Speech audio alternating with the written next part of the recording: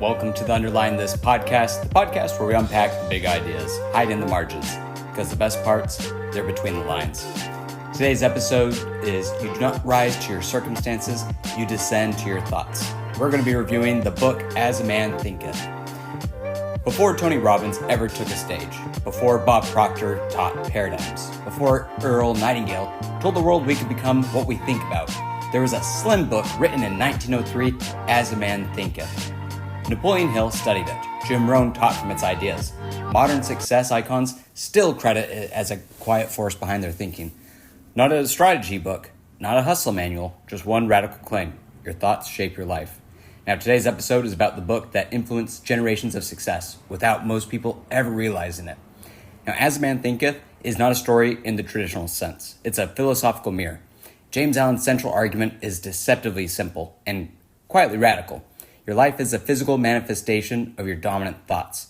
To say this another way, you do not rise to your circumstances, you descend or ascend based on your thoughts. Now, Allen asserts that character, circumstances, health, achievement, and destiny all grow from the same, metaphorically speaking, earthy soil, the mind.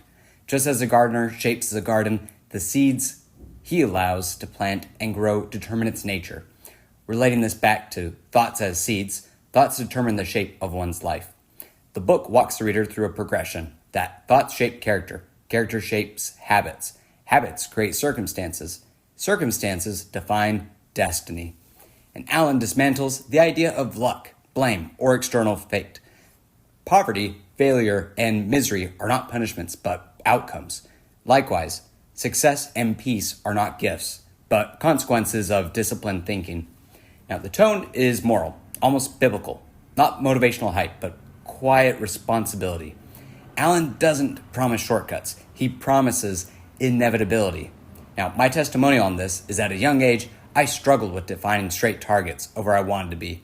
Instead, I made commitments to development in my career, health, relationships, and personal well-being. I consciously made good decisions that would lead to greater opportunities. For example, getting an MBA, training for full and half marathons.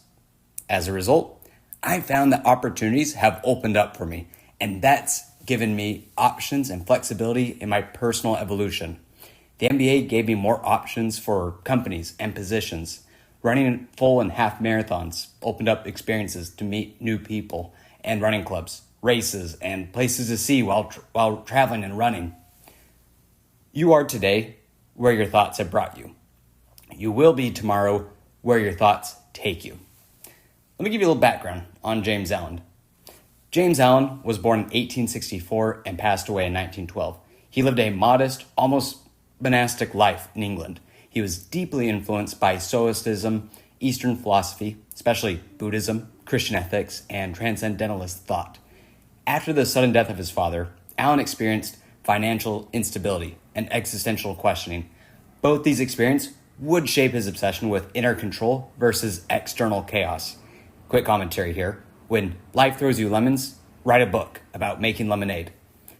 That's exactly what he did. He wrote As a Man Thinketh in 1903 during the early New Thought movement, a philosophical wave exploring the power of mind over circumstances. But unlike many contemporaries, Allen rejected material obsession and showmanship.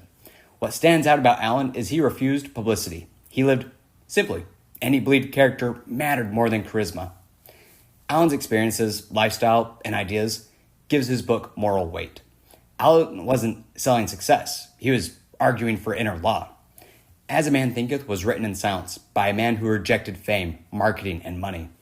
James Allen believed suffering was a classroom, not a curse, and that thoughts quietly shaped destiny.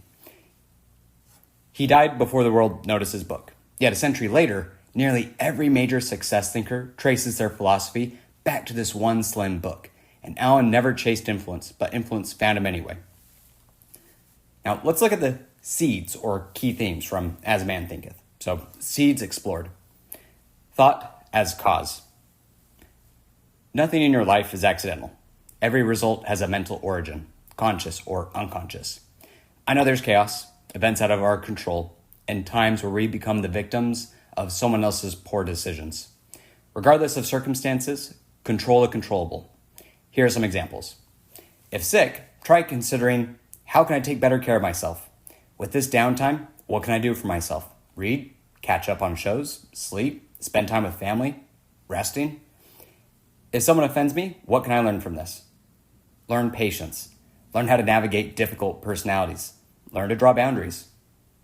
Next, responsibility over victimhood. Allen removes the comfort of blame. If circumstances are unpleasant, they're signals, not injustices. I'm going to quote Brian Tracy quite a bit because I respect and have applied his ideas. In his book, Eat That Frog, he said, the greatest enemies of success and happiness are negative emotions of all kinds. Victimhood lives in resentment, blame, and justification. No one else can live your life or take responsibility for it. Character as destiny.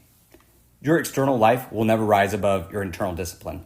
Success without character is unstable. One of my favorite Brian Tracy quotes is, if it is to be, it is up to me.